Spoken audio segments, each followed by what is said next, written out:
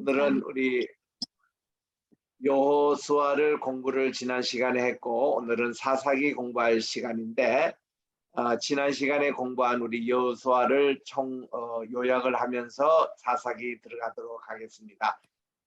지난 시간에도 말씀드린 대로 창세기부터 신명기까지 5경 거기에 여호수아서는 땅의 약속을 차지하고 분배를 했던 그런 장이기 때문에 여호수아서를 육경이라고 얘기하는 구약신학자가 있습니다.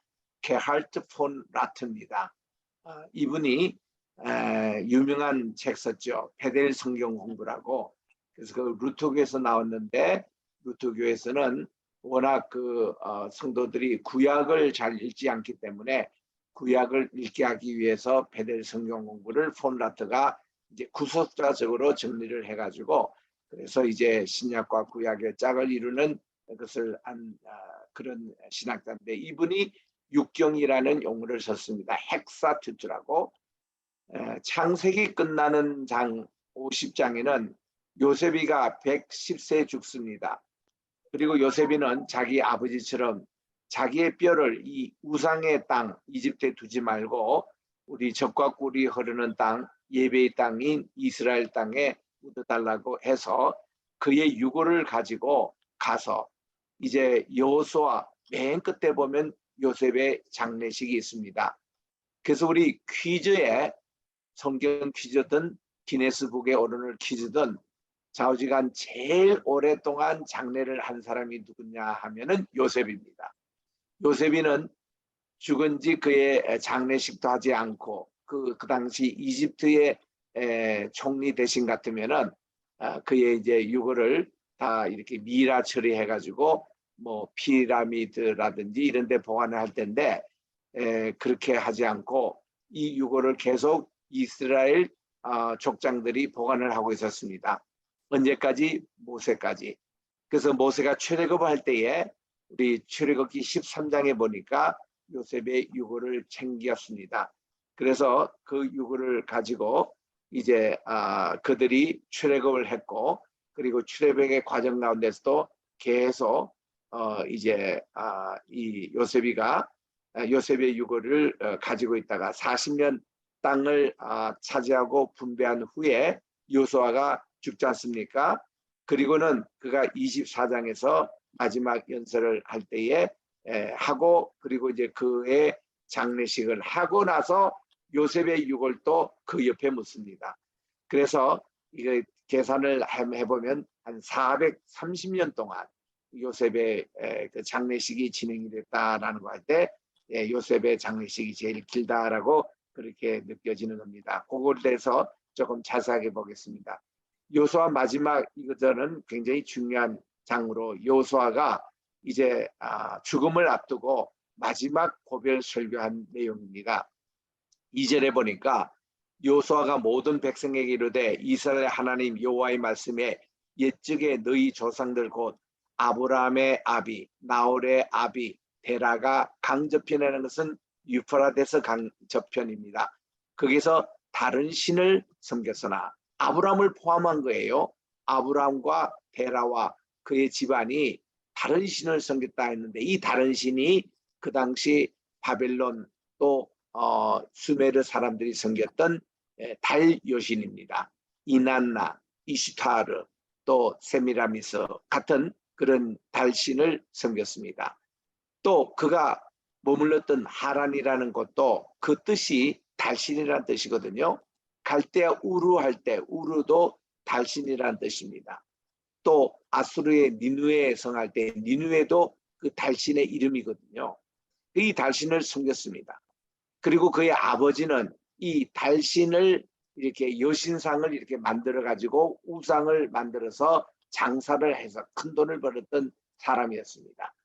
그런데 3절에 보니까 내가 너희 조상 아브라함을 그 유프라데스 강에서 이끌어내어 가나안 땅으로 인도하여 온 땅을 행하게 하고 그 씨를 번성케 하기 위해서 그에게 이삭을 주었다 해서 하나님은 그 우상의 땅을 떠나라는 거예요.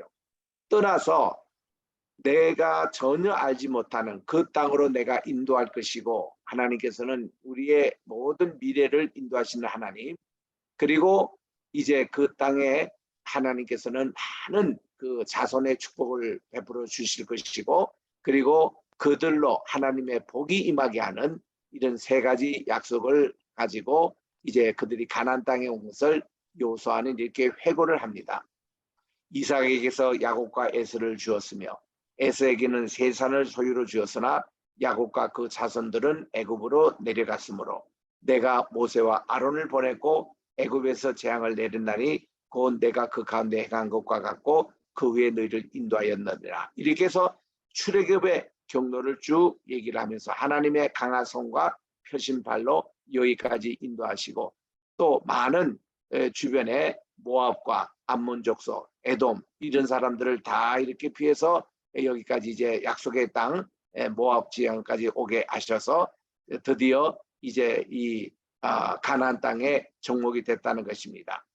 이때 여호수아가 했던 유명한 설교는 반드시 마지막 부분에 결단이 있어야 합니다. 결단의 시간에 14절에 이렇게 얘기합니다. 이제는 여호와를 경외하며 성실과 진정으로 그를 섬길 것이라. 너희의 열조 우리 조상들이 강 저편 유프라tes 강 저편과 또 이집트는 나일강입니다. 여기서 섬겼던 신들, 뭐 태양신이든지 또 송아지 신이든지 또한 개구리 신이든지 어떤 종류의 모든 것을 다 제해버리고 여호와만 섬기라. 그러면서 15절에 요절의 말씀이죠. 만일 여호와를 섬기는 것이 너에게 좋지 않게 보이거든 너희 열조가 강 저편에서 섬기던 신이든지 혹 너희의 거하는 땅 아무리 사람의 신이든지 너희 섬길 자를 오늘 택해라. 그러나 나와 내 집은 여호와를 섬기겠노라 하고 선언한 귀한 내용입니다. 이랬더니 온 백성들이 대답하기를 우리도 여호와를 버리고 다른 신을 섬기는 일을 절대로 우리가 하지 않겠습니다. 이것은 여호와 하나님이 우리의 열조와 인도하였던 애굽 땅 종되었던 집에서 나오게 하시고 역사적인 회고를 하면서 구체적으로 우리 하나님은 역사의 하나님, 우리 민족의 하나님이라 그래요. 여기까지 인도해 주심을 그들이 회고하고서는 그들이 이제 하나님께 언약을 체결하는 것입니다.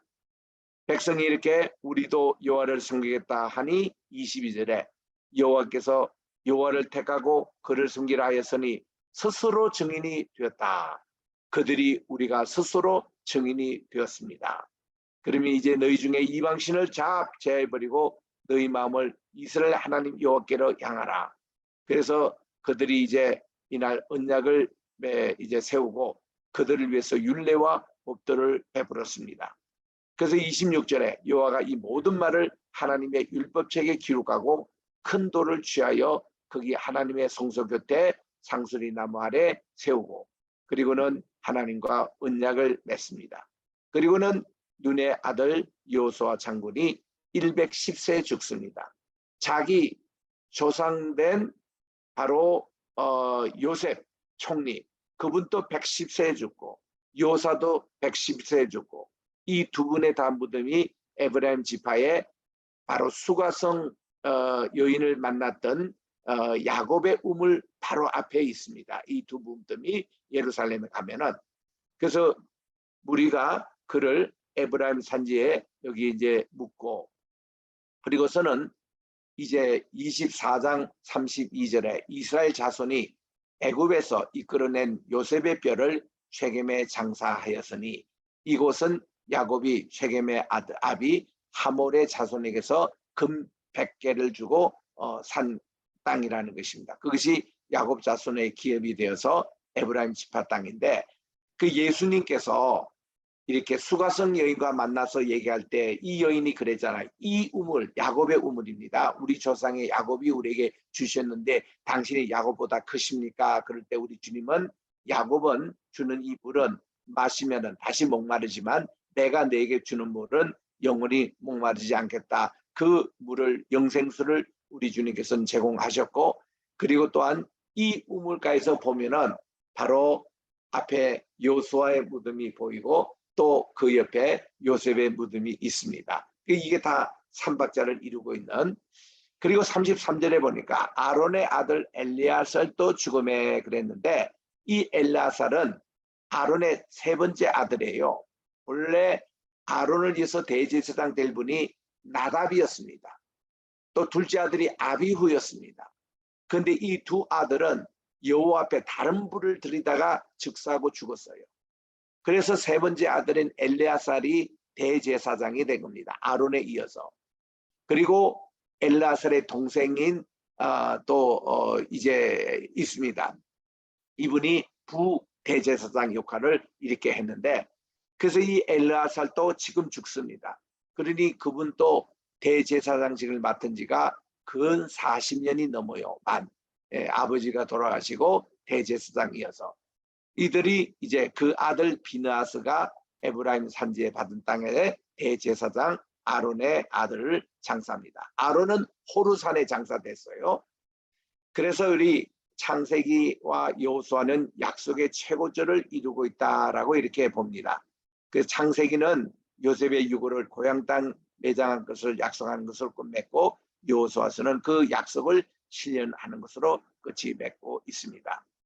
영적으로 보면 우리도 영적인 전투에서 정복의 과정이 있음을 상기해 주고 있는데, 이에 대해서 고린도후서 10장 3절에 우리가 육체에 있어서 행하나 육체대로 싸우지 아니하노니 우리의 싸우는 병기는 육체에 속한 것이 아니라 영적인 것이라고 얘기했던 그 내용을 여기 우리 여호수아서에서 볼 수가 있습니다.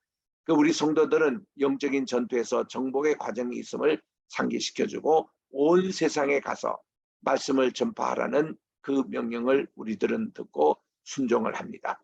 그래서 우리는 강하고 담대하도록 권면을 받고 있습니다. 세계 어디든지 모든 선교사님들 여호수아서에 주신 1장 7절 8절 내용이 모든 선교사님에게 주신 말씀이에요. 그래서 우리는 강하고 담대하게 복음을 전할 수 있는 겁니다. 이어서 우리는 사사기를 공부하겠습니다. 사사기는 민족의 지도자들이고 이제 모세와 여호수아의 시간이 끝나고 왕들이 세워지기 중간에 한 200년 가량이 사사시대라고 그럽니다. 이스라엘에서는 16명의 사사들이 있었습니다.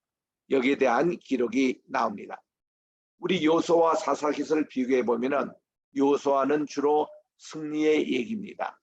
여기는 땅을 정복하고 하나님께서 여호수아와 함께 하시기 때문에 땅을 분배했던 모든 승리의 얘기가 나오는데, 사사기에서는 패배의 얘기가 많이 나와요. 이스라엘 백성들이 자꾸 죄악을 반복해서 지었습니다. 이 죄악이 우상 숭배입니다. 여호수아서는 한 사람의 지도력, 사사기에는 16명의 사사가 등장합니다. 여호수아에서는 이스라엘의 믿음을, 여기는 배교가 많이 나오고 하나님 편에 서다 하나님을 떠나다, 여기는 프리덤, 자유, 여기는 노예의 삶, 그리고 가나안의 우상 숭배 심판, 이스라엘의 배교 심판이 이렇게 두 책에 나옵니다.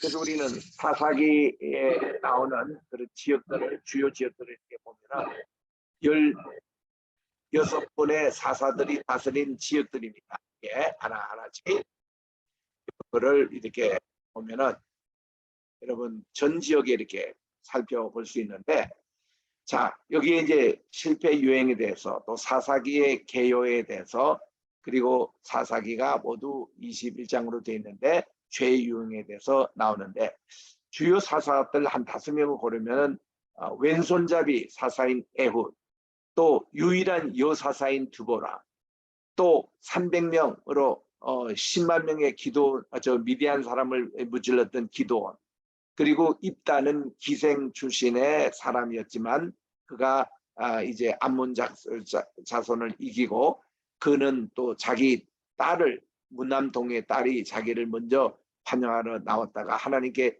제물로 바친 얘기, 또 삼손 얘기로 우리가 읽겠습니다.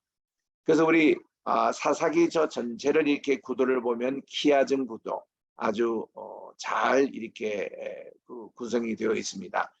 여기 보면 서론과 에필로그, 제일 결론의 말씀이 짝을 이루고 있고, 제일 첫째 온니엘입니다. 온니엘 사사, 이분은 누군가 하면은 갈렙의 조카입니다. 갈렙의 조카인 이 온니엘 사사와 삼손 이 사사가 짝을 맺고 있고, 에우 사사와 입다가 짝을 맺고 있고, 드보라 사사와 아비멜렉이 짝을 맺고 있고, 가운데 6장부터 8장에는 기드온이 이렇게 활동한 내용들을 우리 살펴보도록 그렇게 하겠습니다. 요거를 다시 영어로 그대로 정리하면 이렇게 됩니다. 참고하시기 바랍니다. 여호수아가 죽은 후에 이스라엘 사람들이 또 이렇게 이 주변에 있는 가나안 이 사람들 우상도 관심을 가지고 이래서 아까도 얘기한 대로 이 사사들이 각 지역에 활동했던 영역들을 이 지도에서 한눈으로 볼 수가 있습니다. 그래서 이 이스라엘의 최초의 사사는 온니엘, 마지막 사사는 사무엘입니다. 그래서 사무엘이 왕들, 이 사울 왕과 또 다윗 왕에게 기름 부어 주는 것이죠. 12 사도에. 근데 이제 유다 지파 이거는 이제 그들이 여리고성을 이제 점령하고 땅을 이제 분배할 때에 이게 이제 우리 지난 시간에 살펴봤던 바로 그 여리고 성읍입니다. 지금 가면 종려 도시를 이루고 있는 오아시스가 가장 풍부한 곳이 여리고고, 여기서 각종 열매가 맺혀 이제 생산하는 곳인데, 예수님께서 시험을 받으실 때에 이 도성을 사탄이 보여주고 한 번만 내게 절하면 이 여리고 성읍을 다 내게 주겠다 하는 시험산이 여리고에 가면 있습니다. 이게 이제 이스라엘 백성들이 다 점령을 하고 땅을 차지했던 곳인데, 이게 드볼산에서 내려다보는 머기또 골짜기의 모습이고, 하솔이 또 갈릴리에서는 아주 중요한 도시가 있습니다. 이게 다볼산이에요. 예수님께서 변모하셨다는 산 다볼산이 이 머기또 골짜기에서 잘 보여지고 있습니다. 이 마운트 타볼, 여기 이제 요르단강이 시작했던 곳이고, 그리고 이제 블레셋 사람들의 모습이 이렇게 생겼고, 블레셋 군대의 모습입니다. 이런 모습. 이 사람들은 어디서 왔냐면 저 북쪽 터키 앞바다인 에게해, 거기서 내려왔던 해양 족속들입니다. 철기 문명을 이스라엘에 전달했던 사람들이거든요. 헤브론이 정복이 됩니다. 이때에 이 땅 헤브론을 누가 차지하느냐? 이 헤브론은 뭐죠? 여기에 아브라함과 사라가 묻혀 있는 곳이에요. 아브라함이 사라가 죽을 때에 헷 족속에게 거금의 돈, 은 400세기를 주고 산 땅이 헤브론 땅 여기에 있습니다. 이거를 막벨라 동굴이라 그러죠. 여기에 아브라함과 그의 아내 사라가 묻혀 있고, 이삭과 리브가가 묻혀 있고, 야곱과 레아가 묻히던 곳으로 조상이 묻혀 있는 곳입니다. 그들이 고향이죠. 그래서 그들이 젖과 꿀이 흐르는 땅으로, 고향의 땅으로 돌아간들 때 이 헤브론 땅이었습니다. 그래서 기랏 여아림에서 12명의 정탐군이 헤브론에 여기 정탐을 다 하고 가서 그들이 이제 보호했던 곳인데, 포도도 아주 정말 에스골 골짜기에서 비옥하게 열리고, 기랏 여아림이라고도 하는 그런 동네가 이 헤브론 땅입니다. 이 헤브론은 아브라함이 가나안 땅에 내려왔을 때에 제일 남쪽에 이 헤브론에서 하나님께 제단을 샀던 곳입니다. 헤브론의 뜻은 하나님과의 속삭임이라는 그런 뜻이 됩니다. 이 헤브론 땅을 그 당시에 갈렙이, 여호수아 장군, 자기하고 정탐군 동기가 아닙니까? 내가 이렇게 하나님을 전심으로 지난 45년 동안 섬겼던 것을 당신이 잘 알지 않냐고, 이 헤브론 땅을 우리 유다 지파, 우리 지파에게 달라, 이 산지를 내게 주소서, 그렇게 해서 여호수아 장군이 허락을 하고, 물론 하나님의 허락이 있었겠죠. 그래서 이 헤브론 이 지역이 유다 지파의 땅이 되는 것입니다. 그리고는 그의 조카인 온니엘이 이 기랏 세벨까지 정복해서 이분이 최초 사사가 됩니다. 여기 지금 13절에 나오죠. 갈렙의 아우요 그나세의 아들인 온니엘. 갈렙과 온니엘은 이제 그 조카 사이입니다. 삼촌과 조카. 그를 이제 취하였고, 갈렙이 그의 딸 악사를 그에게 아내로 주었다 해서 이제 그들 사정지간 결혼하는 겁니다. 또 모세의 장인 겐 사람 이드로, 이분이 또 이제 여기 16절에 보니까 그 자손이 유다 자손과 함께 종려나무 성읍, 바로 이게 여리고입니다. 여기서 올라가서 아란 남방 유다 황무지에 이르러 그 백성 중에 그랬다 그랬습니다. 그래서 헤브론을 갈렙에게 이렇게 분배가 됐습니다. 그리고는 여기에 이제 첫 번 우리 온니엘이 그렇게 사사가 되는 그런 내용인데, 다시 사사기 2장 8절에도 여호수아의 죽음이 이렇게 기록되고 110세에 그가 죽습니다. 그런데 그들이 하나님께 배교했잖아요. 그래서 바알을 막 섬기고 그랬습니다. 우상 숭배의 죄가 가장 큽니다. 그래서 하나님께서는 그들에게 이 이방 나라를 섬기게 하셨는데 그들이 하나님께 회개했습니다. 회개하고 우리에게도 그 지도자를 보내달라 해서 하나님이 보내신 종이 사사입니다. 그게 이제 늘 이게 같은 패턴이 사사기에서는 이렇게 되는 모습을 봅니다. 자, 여기서 사사기에 4가지 패턴이 나오는 것을 sin cycle, 죄의 고리라 이렇게 얘기합니다. 그들이 죄를 지어요. 주로 우상죄입니다. 우상을 숭배해요. 그러니까 하나님의 심판이 임합니다. 이 심판은 주로 원수의 손에 이 나라를 맡기는 거예요. 그래서 이방 나라의 침입을 받습니다. 그랬더니 그들이 회개를 합니다. 하나님께 부르짖어요. 그러니까 하나님께서는 이들을 구원해 주셔서 이 한 구원자를 세워주시는 요 4가지 요 패턴이 늘 사사기에 반복적으로 흐릅니다. 기억하십시오. 죄를 짓고 심판을 받고 회개했더니 하나님께서 구원자를 보내주시는데 사사를 세워주셨다. 이 패턴이 늘 이렇게 반복이 되는 겁니다. 그래서 첫 번째 사사 온니엘, 갈렙의 조카입니다. 이들 그가 할 때는 이 이스라엘이 메소포타미아의 구사다임 왕에게 8년간 통치를 받을 때에 일어났던 사실입니다. 이때 하나님이 온니엘을 사사로 세워주셔서 40년 동안 하게 했습니다.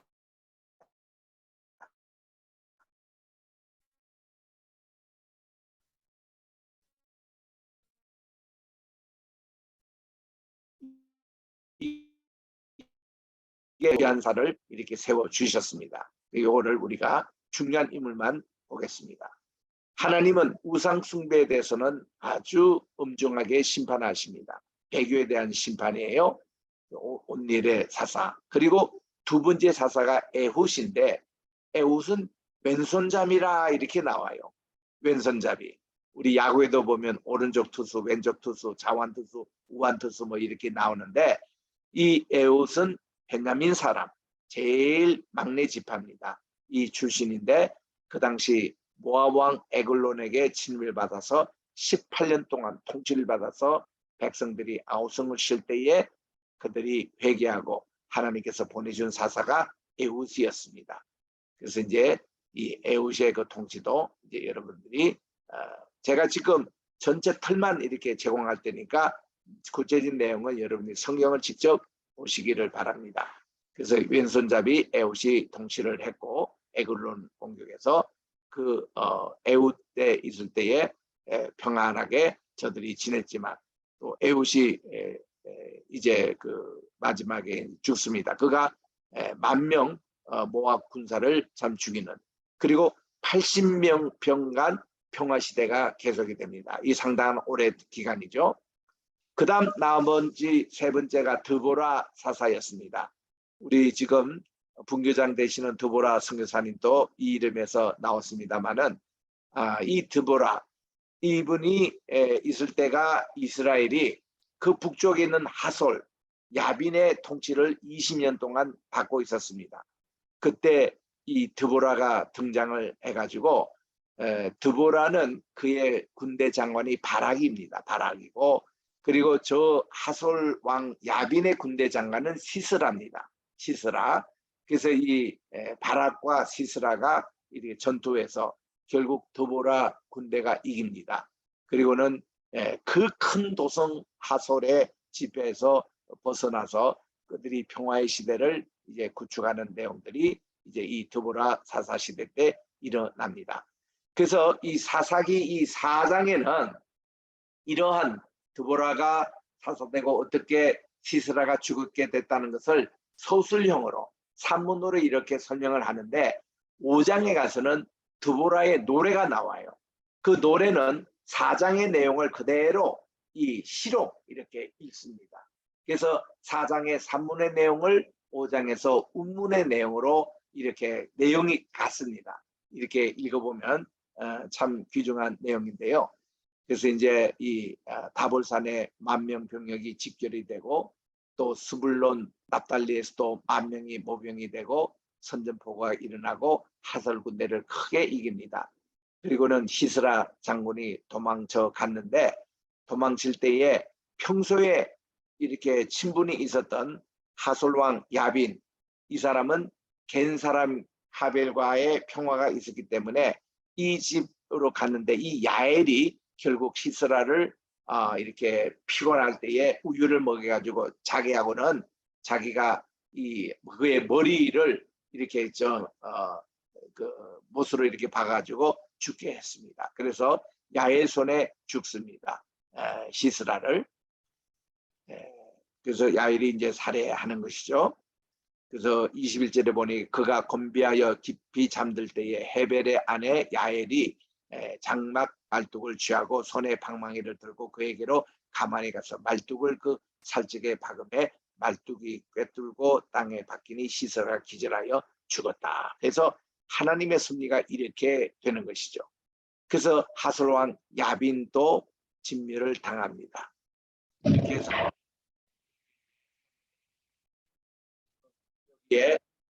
드보라가 와 바락이 하솔을 문질렀던 내용 이렇게 하는데 이 소리도 이게 저 지도의 원본에 그대로 있는 거 지금 여러분들이 그 소리를 지금 들으셨습니다. 그래서 이 4장을 찬송식으로 하는 것이 전체 5장이에요. 5장은 이게 시편 형식으로 되어 있습니다. 이런 내용. 요즘 우리 새벽마다 시편을 강의하고 있습니다만은 시편은 그 앞에 사무엘상, 사무엘 하에 나오는 산문의 모습을 운문, 기도 형식으로 다 노래하고 있는 것이 시편이지 않습니까? 그거 꼭 같습니다. 우리 창세기도 1장을 보면은 그것이 다 운문으로 되어 있죠. 창세기 1장은 운문이에요. 그리고 2장에는 이것을 인간의 창조 중심으로 좀 더 자세하게 설명하고 있습니다. 그건 산문입니다. 그래서 2장의 산문을 운문으로 나타낸 게 1장인데 그게 예배문이에요. 창세기 1장은 31절로 구성되어 있는데 저녁이 되고 아침이 되니 첫째 날이더라. 둘째 날이다. 셋째 날. 이게 6번 나와요. 그 6일째, 6째 날이더라. 그게 후렴입니다. 후렴. 그리고 첫째 날 일어났던 일, 둘째 날 일어났던 일, 셋째 날 일어났던 일. 그게 전부 운문의 형태로 되어 있습니다. 그래서 히브리 말에 브레시스 바라 엘로힘 에터 하샤마임 부 에터 하아레스 바 하아레스 하였다 토후바보후 하 호셰크 알프네이 데홈 루아흐 엘로힘 알프네이 무라헤페트 알프네이 데홈. 이게 그게 운문 형식으로 히브리 단어가 이렇게 되어 있는 거예요. 태초에 하나님이 천지를 창조하시니라. 땅이 혼돈하고 공허하며 또 흑암이 깊음 위에 있으나 하나님의 신은 수면 위에 운행하시더라. 또 하나님께서 말씀하시기를 가라사대 빛이 있었으면 좋겠다 하시니 빛이 있었더라. 하나님이 그 빛을 보고 좋게 여기셨더라. 하나님이 그 어두움과 또 밝음, 빛과 낮과 이것을 나누셨습니다. 그리고 하나님이 직접 그 밝음을 낮이라 했었고 어두움을 밤이라 하셨습니다. 그리고 첫째 저녁이 되고 또 이제 아침이 되니 첫째 날이더라. 왜 그때 우리로서는 아침이 되고 저녁이 되며 맞는 것 같은데 이스라엘에서는 달 중심의 문화예요. 음력 문화입니다. 그러니까 음력은 달이 저녁에 뜹니다.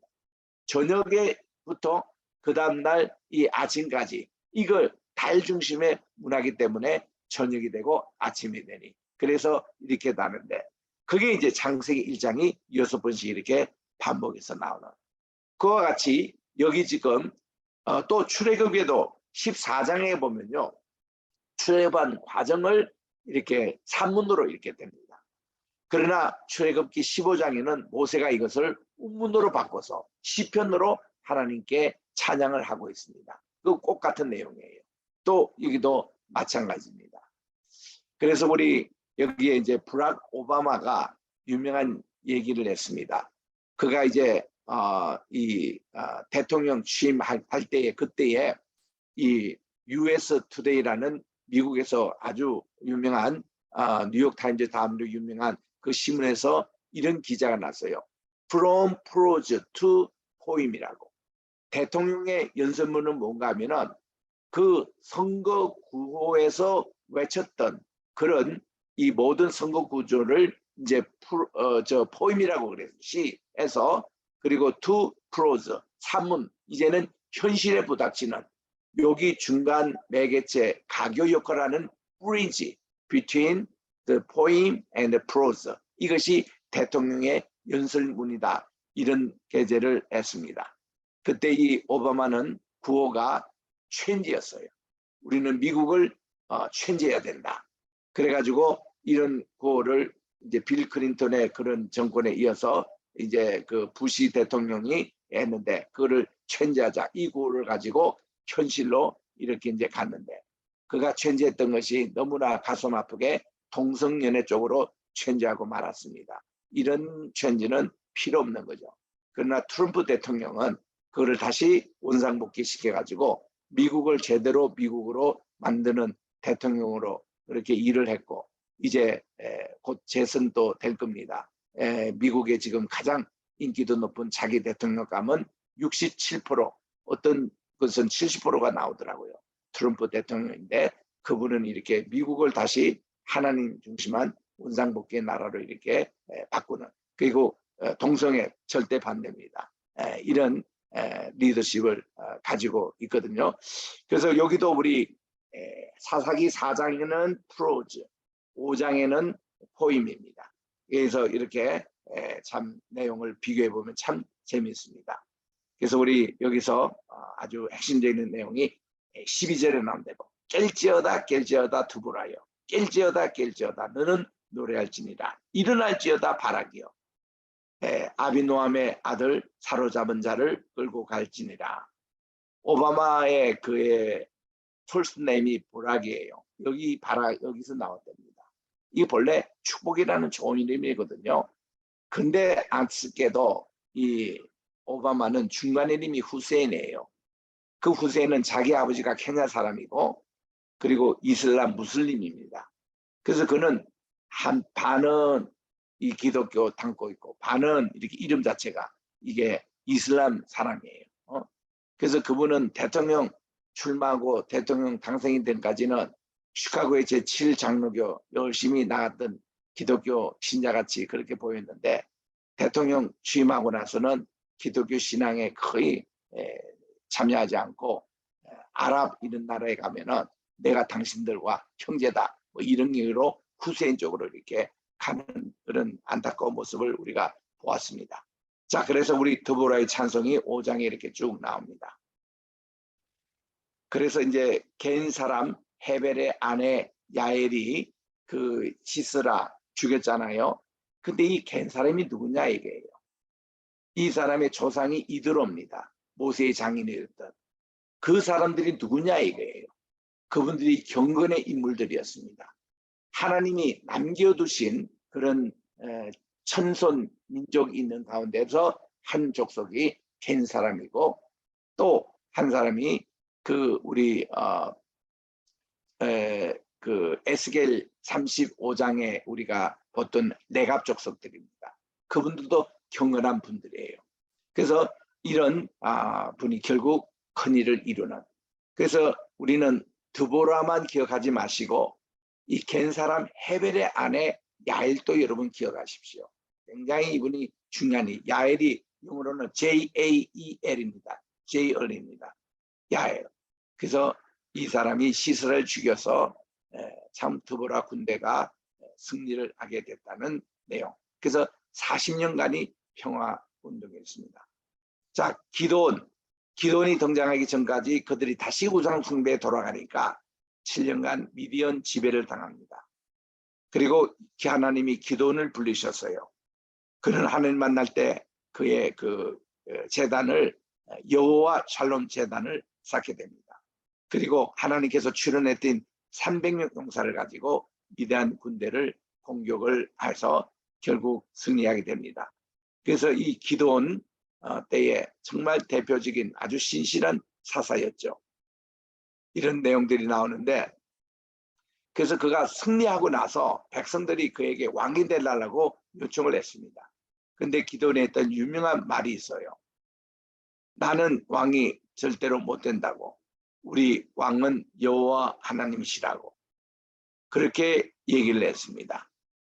자, 여기 30 이제 그 보면은 이 기도원이 정말 하나님이 왕이시지 자기는 왕이 아니다. 이렇게 해놓고는 여기 이제 22절 이하에 보니까 이스라엘 사람들이 기도원에게 이르되 당신이 우리를 위대한 손에서 구원하였으니 당신과 당신의 아들들과 당신의 손자가 우리를 다스려서. 기도원이 대답합니다. 내가 여러분들을 다스리지 못하겠습니다. 내 아들들도 여러분을 다스리지 않을 것입니다. 여호와께서 우리를 다스릴 것입니다. 우리 왕 하나님이시라는 거죠. 이랬던 기도원이 이대로 살아갔으면 참 좋았을 텐데 그는 그 후에 타락을 합니다. 해서 어느 정도인가 하면은 부인을 많이 두었어요. 많이 두어서 이 부인들로부터 아기를 몇 명 낳았냐 하면은 70명을 낳습니다. 30절에 보니까. 이게 뭔가 하니 자기는 왕이 안 되겠다 하면서도 실제로 생활은 왕 같은 생활을 했어요. 아내를 그렇게 많이 두고 이 몸에서 70이란 아들이 낳고, 그것도 모자라서 쉐겜에 있는 첩도 아들을 낳았는데 아비멜렉이나 이거 합치면 71명의 아들을 낳습니다. 그래서 이 기도원이 나이 많아 죽었는데 이 아들들마다 요즘으로 말하면 리무진과 같은 그 노새를 타고 다녔다고 그랬어요. 그래서 이것이 참 인간의 큰 실수다. 그래서 이제 이들이 다시 또 바알을 또 섬기고 우상 숭배 성행을 했습니다. 그런데 그 아비멜렉, 기도원의 첩의 아들입니다. 아비멜렉 뜻은 뭔가니 내 아버지가 왕이라는 뜻이에요.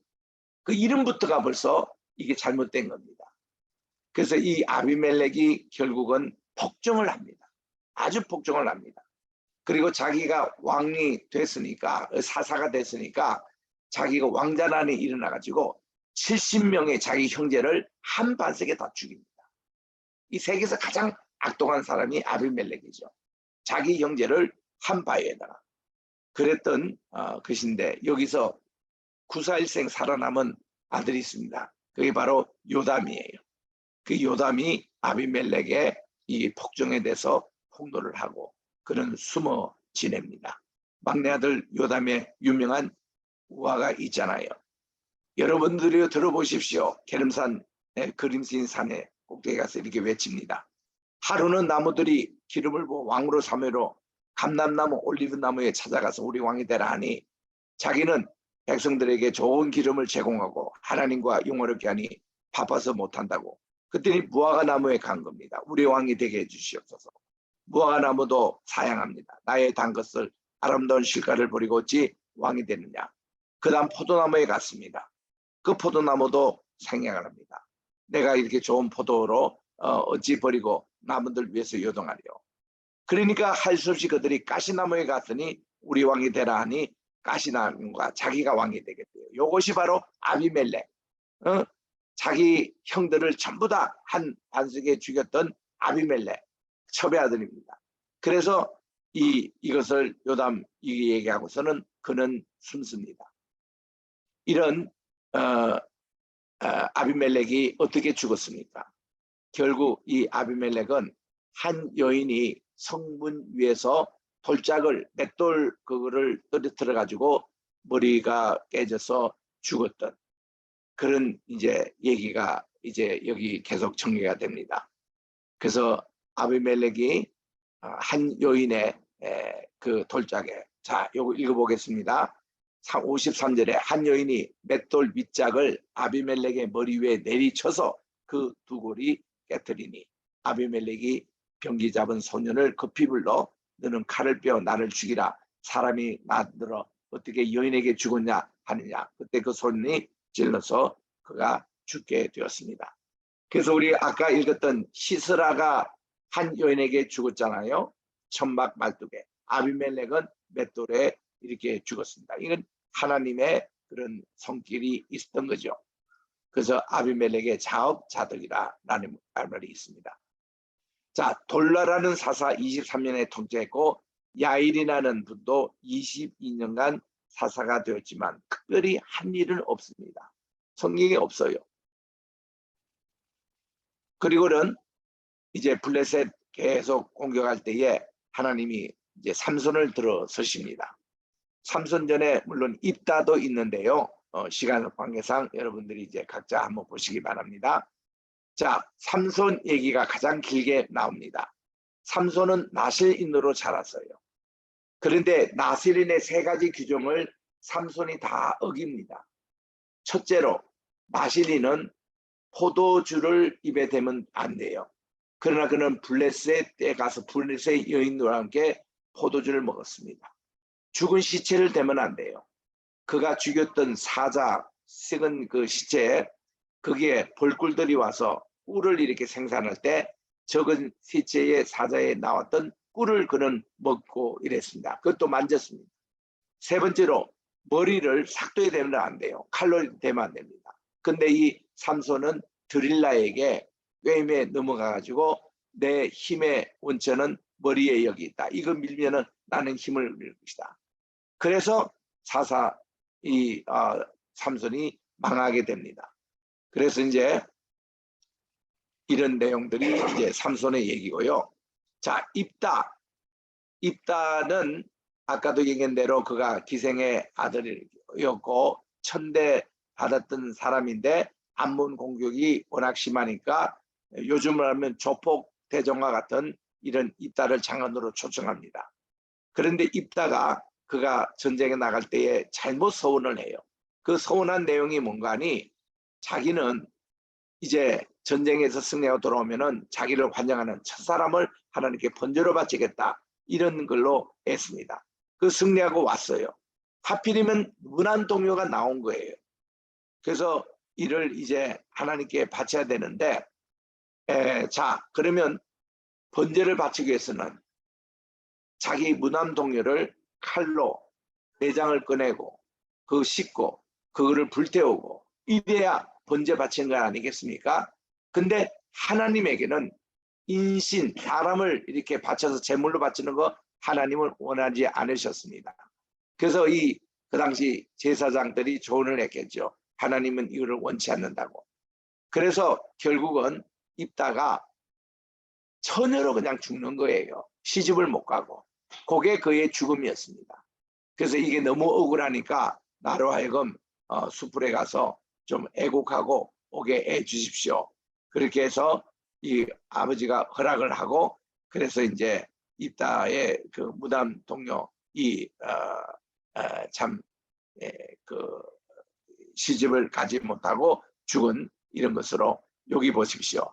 11장 37절에 일만 내게 허락하사 나를 2달만 용서하옵소서. 나의 동무들과 함께 산에 올라가서 나의 처녀로 죽음을 인하여 애곡하겠습니다. 번제로 죽은 게 아닙니다. 그래서 가라. 그래서 가서 동무들과 함께 산 위에서 처녀로 죽음을 인하여 애곡. 이것이 금방 죽은 게 아니고 그냥 그가 시집 못 가고 죽었다는 얘기입니다.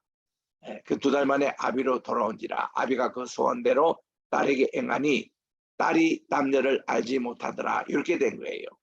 And she knew no man and it was a custom in Israel. 그래서 이거를 애곡하기 위해서 이스라엘 여자들이 해마다 가서 길라 사람 입다를 위해서 나흘씩 애곡하는 풍습이 생겼습니다.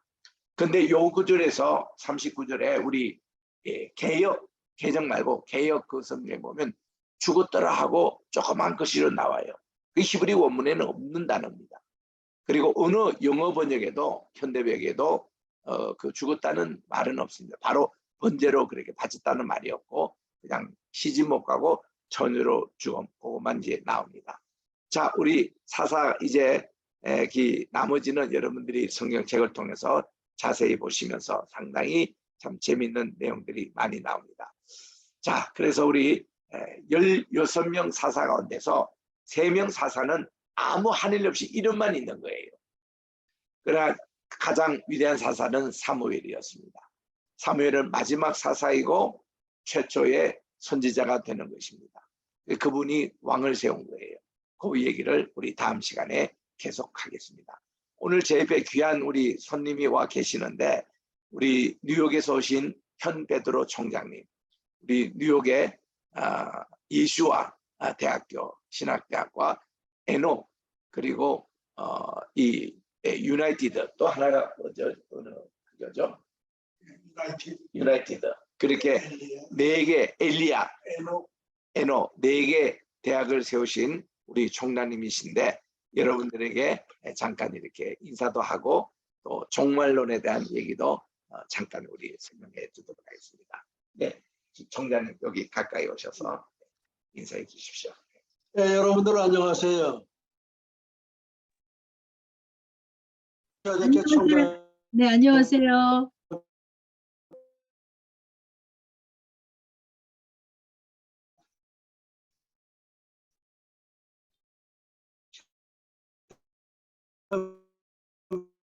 베드로 목사 이런 모든 것에 최고의 강자입니다. 그러니까 최고의 석학이다 그런 말씀을 드릴 수가 있겠습니다. 그래서 우리 윤석열 총장께서는 우리 이스라엘 박사원 총장으로 저희가 새로 이렇게 명을 제가 했습니다. 앞으로 좋은 관계가 이루어질 줄 믿습니다. 감사합니다. 아멘. 제가 이 예수와 대학 처음 이제 세울 때 20년 전입니다. 그때에 강의하면서 참 예수와 이름 참 감사합니다. 왜냐하면 예수님의 본래 이름이 예수와예요. 우리 요즘 많이 오직 예수라는 구호를 제가 한국 와서 많이 듣고 있습니다.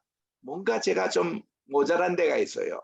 오직 예수보다는 오직 예수와 이러면 더 좋겠다. 아니면 그거를 굳이 예수로 한다면은 님자는 붙여라. 우리 한번 따라합시다. 오직 예수님. 오직 예수님. 오직 예수님. 오직 예수님. 또 오직 예수와. 오직 예수와. 예. 그러니까 오직 예수와를 하든지 오직 예수님으로 해야지 오직 예수 하니까 예수가 뭐 친구도 아니고 참 거북하게 들려요. 그래서 여러분들이 그런 구호도 한번 생각해 보시고 그래서 제가 그저께도 우리 예수와 대학이 설립된 지 20년이 벌써 됐습니다. 제가 그때 부총장으로 이렇게 섬기면서 예수와의 학풍을 이렇게 만드는데 조력을 했습니다만은 그때 이제 예수와의 이름, 예수님의 본래 이름이 예수와였다라는 것을 온 세계에 알리는 대학이었어요. 그리고 이게 메시아닉 주, 이 예수님을 메시아로 받아들이는 유대인들을 메시아닉 주라고 그러는데 그분들이 꼭 예수와라고 이름을 붙이거든요. 그래서 이 이름을 한국 또 우리 전 세계에 알리는 그런 대학이 되었고 두 번째는 우리 한민족이 천선민족으로 욕단의 후에 우리 하나님은 벨렉 계통의 이스라엘과 욕단 계통의 한민족을 남겨주셔서 이 앞으로 오실 재림 예수님을 이제 우리 전파하고 기다리는 우리 민족 이것을 우리 얘기하면서 우리 유수건 교수님의 아리랑 민족이며 우리 욕단의 후예며 또 욕단 그 후에 되는 분이 욥이고 13번째 아들 그리고 욥의 아들이 멜기세덱이라는 이런 이제 얘기들을 우리 이렇게 지금 연구를 우리 계속 우리 게세마니에서도 하고 있습니다만은 우리 그때 다 예수와에서 제가 이거를 강의하고 했던 내용입니다. 그 세 번째는 세계 선교, 그게 교육 선교를 예수와에서는 지금까지 열심히 하고 있어서 벌써 한 20년이 됩니다. 그래서 우리 총장님은 종말론 연구에 아주 석학이세요. 거기에 대해서 PhD 논문도 쓰시겠는데 우리 한국 종말에 대해서 간단히 좀 소개를 한번 해주십시오. 우리 앞으로 한국이 어떻게 될지. 오늘은 제가 이제 급하게 이렇게 방문을 하게 돼서 이제 예슈아 하마시야, 예슈아 메사야. 그러니까 예수님은 오직 하나님의 아들로서 그리고 이 땅에 오셔서 그리고 우리가 이제 혹시 여러분들이 이런 거를 생각하시면 한번 어떠실까 생각해 보면 좋겠습니다.